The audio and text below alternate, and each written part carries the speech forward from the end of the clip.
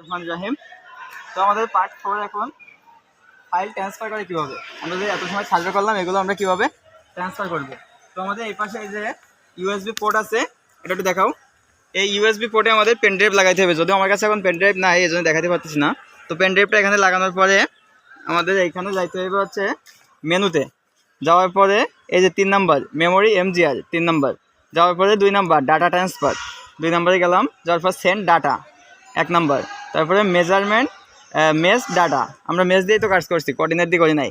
তো 1 নাম্বারে গেলাম, যাওয়ার পরে লিস্টের মধ্যে আপনি যতগুলো ফাইল ট্রান্সফার করতে চান, এই যেগুলো কাজ করছি আমরা, যদি আমরা এসএমটা ট্রান্সফার করতে চাই, এসএমে যাওয়ার পরে এক্সপোর্ট আর হচ্ছে ইম্পোর্ট। তো এক্সপোর্ট মানে কি, বের করে দেওয়া। তো এক্সপোর্টে চাপ দিলে এখন নো ইউএসবি স্টিক দেখাচ্ছে। তো আমাদের এখানে যদি ইউএসবি দিতাম তাহলে চলে যেত। এইভাবে হচ্ছে আমাদের ফাইল ট্রান্সফার করতে হয় পেন ড্রাইভে। তো এই পর্যন্ত ছিল আজকের 4th ক্লাস। তো সবাই ভালো থাকবেন, সুস্থ থাকবেন, আল্লাহ হাফেজ।